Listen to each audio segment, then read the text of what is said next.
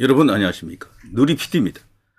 자, 지금 탄핵파와 탄핵 반대파 간의 일종의 내전 상태라고 봅니다. 총칼만 들지 않았을 뿐 사실상 내전인데요. 자, 오늘 나와 있는 긴급 뉴스를 보게 되면요. 이렇죠. 현재 윤 탄핵 심판에 있어서 이 정계선 재판관이 심의 편향성이 우려된다. 공정한 재판이 불가능하다 그래서요. 기피 신청을 했는데 이게 즉각적으로 기각했습니다. 이례적으로 빨리 기각하네요.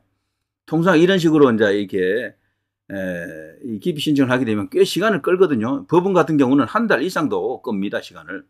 그 후에 신중한 판단을 통해서 그걸 뭐 기각할지 안 할지를 결정하는데 여기는 이례적으로 뭐 초스피드로 그냥 기각시켜 버리네요. 좌우지간 빨리 시간 이렇게 연장시키는 거 허용하지 않겠다. 이런 의도가 드러났고요. 속전속결 전략은 여전히 살아있다라고 봐야 됩니다. 다만 2월 안에 끝내려고 하는 것은 이미 이제 그건 물 건너갔다라고 보는 게 맞는 것 같고 3월, 4월 이제 이렇게 이제 거론이 되고 있죠. 이거는 대통령 측에서 지금 엄청난 어떤 저항을 효과적으로 잘 하고 있다는 이야기입니다. 그리고 애국 시민들도 이제 일어섰고 특히 2030이 대거 윤 대통령 구하기, 윤 대통령 구하기를 다른 말로 하면 나라를 바로 세우기, 나라를 구하기입니다. 단순히 윤 대통령 한 사람만을 구한다라는 의미가 아니에요. 윤 대통령에게는 지금 거대한 상징적 요소가 지금 포함되어 있는데요. 대한민국 국가 정체성, 그리고 반국가 세력 척결, 그리고 부정선거 같은 이런 거대 이슈들이 거기에 지금 포함이 되어 있습니다. 그러다 보니까 2030들도 이번에는 일어섰다라고 생각이 되고요. 자, 현재가 지금 어쨌거나 속이 지금 드러나 있죠. 작전상 꼬리를 조금 이렇게 말고 어느 정도 이렇게 여론을 의식하는 듯한 반응을 보이긴 했지만 여전히 이들의 입장은 완강합니다. 변론기일 일괄 지정, 헌법재판소법 규칙에 근거한 것이다 라고 하면서 요 지금 당시 이제 그 여자 재판관 이미선입니까? 그랬었죠. 일단은 시간이 오래 걸리는 내란 관련 혐의는 일단 배제하고요. 그걸 또 헌재에서 또 권유를 했다. 이게 알려지면서 발칵 이런 헌재를 믿고 재판을 못 받는다 이거죠. 윤 대통령 측에서는요. 당연히 이제 그렇게 나갈 수도 있고 그리고 지금 대통령에게 지금 현재 형사 소추 상황이 지금 벌어졌잖아요. 거기서 수사 기록을 보겠다. 그걸 갖고 와라라고 또 떠들어가지고 그거 자체도 지금 경악할 일입니다. 이게 전부 불법이에요. 자, 그런데도 불구하고 헌재가 지금 이런 입장을 놓으라 하는 것은 뭐 뻔합니다. 무조건 대통령을 끌어내리는데 일단 어느 정도 무게 중심을 두고 있고 그리고 빨리 끝내겠다라는 그런 의중이 드러났다. 헌재 스스로는 중립기관이거든요. 아무런 무치 어떤 입장을 갖고 있으면 안 돼요. 그런데도 이렇게 나오는 것은 이제 의심을 받는 거죠. 이게 혹시 뒤에서 어떤 카르텔이 작용한 게 아닌가, 어떤 모종의 거래가 있는 게 아닌가, 뭐 이렇게 지금 의심을 합니다. 일각에서는 뭐 뇌물설까지도 지금 매수설까지도 지금 터졌죠. 뭐 근거는 없습니다만 그런 이야기도 있더라고요. 자, 이렇기 때문에 헌재를 믿을 수 없다. 절대로 인용이든 기각이든 그걸 볼 상황으로 가면 안 된다. 그 심판을 하게 되면은 대통령이 위험하다라는 거죠. 그래서 그 전에 각하로 이끌어내야 된다. 각하. 지금 이들을 법논리로 설명하는 것은 쉽지 않습니다. 제가 볼 때는 그냥 위력으로 덮어야 돼요. 위력으로. 여기서 말하는 위력은 두 가지가 있습니다. 여론 지지율로 일단 공격하는 게 제일 효과적이고요. 여론 지지율이 계속해서 이런 식으로 윤 대통령 올라가고 이재명 떨어지고 국민의힘 올라가고 민주당 떨어지면은 모든 사회 제세력이 특히 언론이 꿈틀꿈틀합니다. 휘청휘청한다고요. 입장이 바뀌고 거기서 지각 변동이 터질 수 있는 기반이 마련되죠. 자, 또 다른 하나는 국가기관 안에서의 어떤 입장입니다. 지금 현재 국가기관이라고 하면 중요한 기관이라고 하면요. 검찰, 공수처, 경찰 뭐 이런 데죠. 그리고 또 국회 이런 데가 지금 중요한 것으로 보일 겁니다. 군도 그렇고요. 그런데 여기서 이제 거론하지 않았던 진짜 중요한 국가기관이 하나 있습니다. 바로 국가인권위원회입니다. 여기서 어떤 입장을 갖느냐도 굉장히 중요하거든요. 지금 이게 지금 난리 났습니다. 이거 제가 좀 이따 이야기해 드릴게요. 이 시간에 이야기합니다. 자, 아무튼 이런 식으로 헌법재판소는 그 정체성이랄까 스탠스가 이상하다라고 이제 볼 수밖에 없습니다.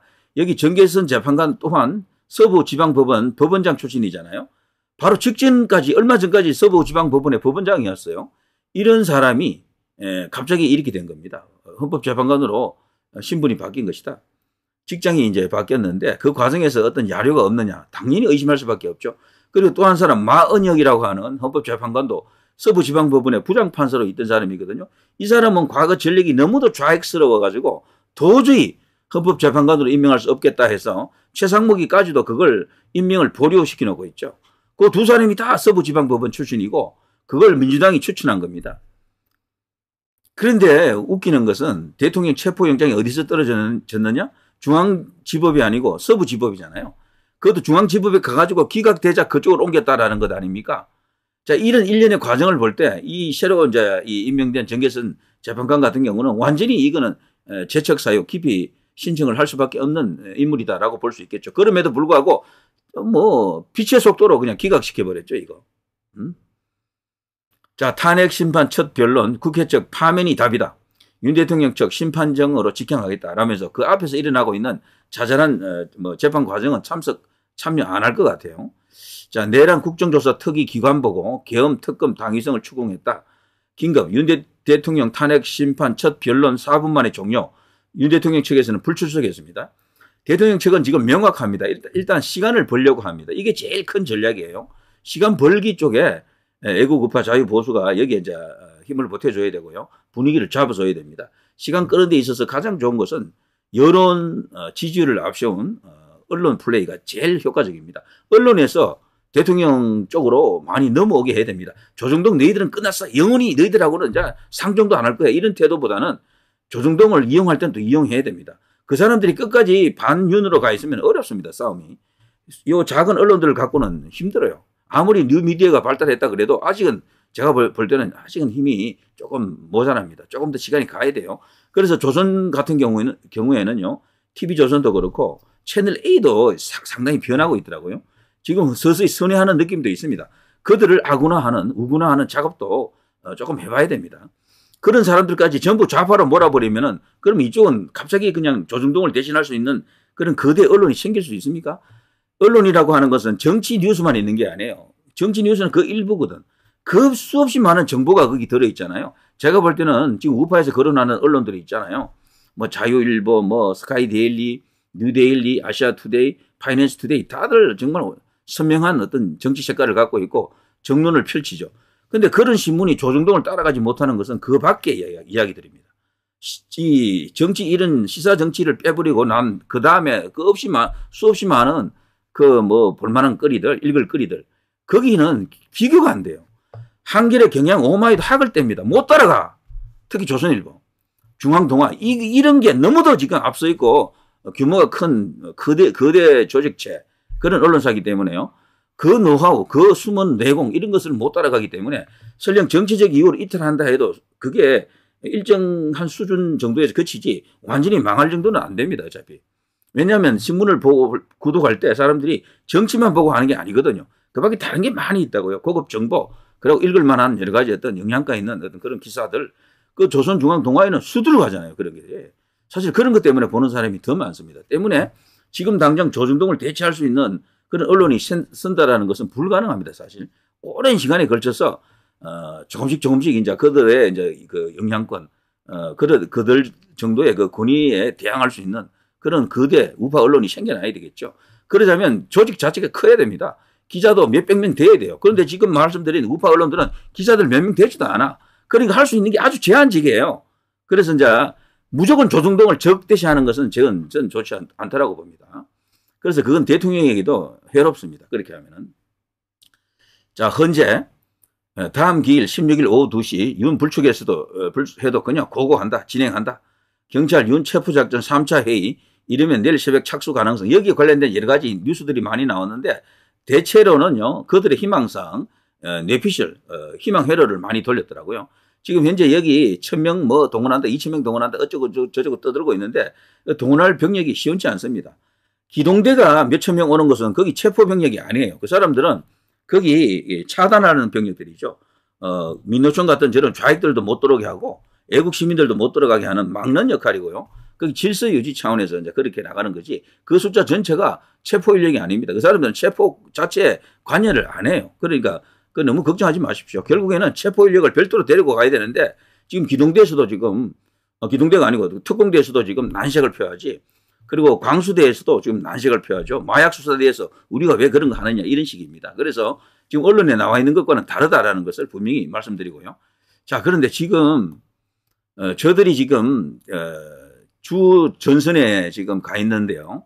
지금 현재 광화문이 주 전선이라고 보기는 어렵습니다. 제가 볼 때는. 현재는 이 국가인권위원회 여기가 주 전선이 됐죠. 이 전선은 자꾸 이동합니다. 여기저기. 여기 간 이유가 뭔가 하면요. 국가기관이잖아요. 여기는. 국가인권위원회에서 만일에 대통령을 탄핵 소추하고 그리고 내란 수계, 내란범으로 몰아간 저거 자체가요. 대통령의 인권을 심각하게 훼손한 것이다라는 결정이 나게 되면 이게 심각합니다. 이거는. 이 국가기관에서 한 것이기 때문에 헌재도 영향을 크게 받습니다. 사실 이거 이 정도 되면요. 법원에서, 법정에서 재판 결과나 마찬가지입니다. 그 정도로 큰 권위를 갖고 있습니다. 이게 국가인권위원회가. 여기 이제 이어서 뭔가를 새로 지금 들여다보려고 하지 않습니까? 그러니까 지금 좌파들이 난리 났습니다. 이쪽에 갔죠. 그래서 지금 이런 짓을 하고 있는 겁니다. 반인권 계엄 독재 옹호 김용원 사퇴하라. 여기 전부 국가인권위원회 이제 관계자들입니다. 뭐 위원들, 위원장 뭐 이런 사람들인데요. 자, 김용원, 한석군, 강정혜, 이정민, 이한열 뭐 자격 없는 인권위원 파면하라. 자, 여기 전국 장애인 차별철폐 연대도 있지만 다른 어떤 좌파 세포들이 지금 여기로 들어갔죠. 숫자는 안 맞습니다. 여기는 제가 볼 때 뭐 애국 시민들이 한 100명만 가도 이거 막을 수 있어요. 지금 여기는 지들 혼자 지금 이렇게 떠들고 있는 거거든. 여기가 전선입니다. 여기가. 진짜 총싸움을 한다면 이런 데서 해야 되는 거죠. 광장에서 많이 모여서 하는 것은요. 위력 시위가 되기 어렵습니다. 제가 볼 때는. 우리가 많이 모였다라는 거 그 외에는 아무것도 없거든 사실은. 그래서 실질적으로 싸움이 일어나는 현장이 있거든요. 이런 데는 아직 경찰이 제대로 역할을 못 한다고요. 이제 이런 식의 여기서 현장에서 지금 터졌습니다. 일이. 여기 보시면 점차 이쪽으로 사람들이 이제 몰릴 것 같아요. 좌파들이 모여가지고 국가인권위원회가 어떤 결정을 할 수 없도록 압박을 하는 겁니다. 그럴 경우에 여기서 만일에 그걸 못하고 이렇게 무산돼 버리면 이거 심각한 손실입니다. 국가인권위원회가 만일에 대통령에게 유리한 어떤 결정을 해주게 되면 이건 하나의 기폭제가 될 수 있습니다. 기폭제가. 그리고 판을 뒤집을 수 있는 거대한 힘이 생기는 거죠. 제가 앞서 말씀드린 것처럼 지금은 지지율과 국가기관 간의 이 관계가 가장 중요합니다. 그래서 여기서 국가인권위원회를 계기로 경찰이나 군이라든가 뭐 또 검찰이라든가 이런 데서요. 새로운 어떤 입장을 가질 수 있도록 해줘야 됩니다. 국가기관 간의 입장이 얼마나 이게 무겁고 중차대한 것인지 우리가 다 알잖아요. 자, 이 관련 뉴스를 볼 필요가 있나요? 어쨌거나 지금 이런 일이 지금 터지고 있습니다. 국가인권위원회로 달려갈 사람들이 이제 생기겠죠. 이런 식이면. 자, 뭐 이런 식이네요. 인권이 망치러 온 인권 파괴자들아, 인권이 전원이 이제 무산됐습니다. 이 무산된 이유는 아까 제가 보여드린 그런 시위하는 사람들 때문에 그렇죠. 자, 여기는 맞불 집회가 필요한 자리 같습니다. 대규모 집회로 이 판을 뒤지기는 어렵습니다. 진짜 구체적인 싸움을 해야 됩니다. 구체적인 언론사를 향한 싸움, 국가기관을 향한 싸움 등등 이런 것들이 필요하다고 보여지죠. 이런 거는 예전부터 좌파들 전유물이죠. 여기 보면요. 시민들이 달려갔다고 하고 있거든요. 사실 시민들이라고 부르기는 무리죠. 이들이야말로 제대로 된 조직 동원된 어떤 단체로 봐야죠. 이들을 일러서 뭐라고 불러야 됩니까? 종북단체? 뭐 그렇게 보기는 좀 그렇고요. 반국가 단체? 그들이 스스로 그것을 인정하지는 않겠지만 그런 성격이 강하지 않습니까? 아니면 최소한 이쪽을 보수단체로 부른다면 이쪽을 진보단체로 불러주는 게 좋겠죠. 진보단체.